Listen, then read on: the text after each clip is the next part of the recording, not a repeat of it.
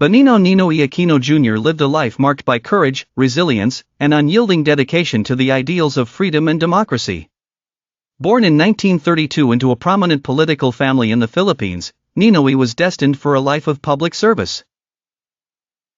Gifted with a remarkable ability to communicate both on paper and in speech, he quickly made a name for himself in the fields of journalism and politics.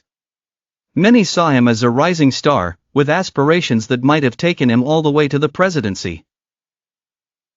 However, the political landscape of the Philippines was dramatically altered with the rise of Ferdinand Marcos to power in 1965.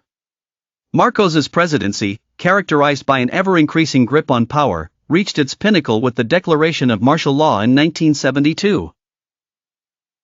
Dissent was stifled, and opposition figures, including Ninoy Aquino, faced severe persecution. Unwavering in his stand against the dictatorship, Ninoy became a prominent voice of opposition. His efforts were met with harsh resistance from the regime, culminating in his arrest on charges of treason. Sentenced to life imprisonment, Ninoy endured long years of incarceration and solitude. Despite suffering from illness during his imprisonment, his spirit remained indomitable. His writings and plans for the Philippines' future continued unabated, inspiring many even from behind bars. In 1980, after years of international pressure and advocacy, Ninoy was granted permission to travel to the United States for medical treatment.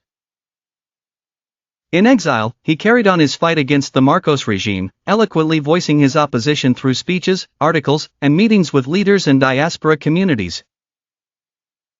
Yet, Ninoy understood that true change could not be waged from afar. He made the weighty decision to return to his homeland, fully aware of the mortal danger that awaited him. On August 21, 1983, as Ninoy's plane touched down in Manila, the unthinkable occurred. He was assassinated on the tarmac in broad daylight, an event witnessed by countless spectators and broadcast around the globe. The shocking murder sent ripples through the Filipino nation, becoming the catalyst that transformed simmering discontent into righteous fury. Ninoy's assassination galvanized an entire nation, igniting a movement that would culminate in the historic People Power Revolution of 1986.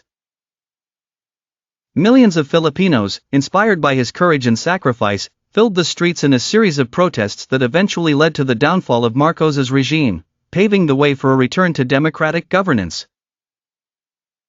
His widow, Corazon Aquino, a woman of quiet dignity and integrity, unexpectedly found herself at the helm of this peaceful uprising. In a stunning turn of events, she became the first female president of the Philippines, a role she took on with humility and grace, continuing her husband's legacy of reform and justice.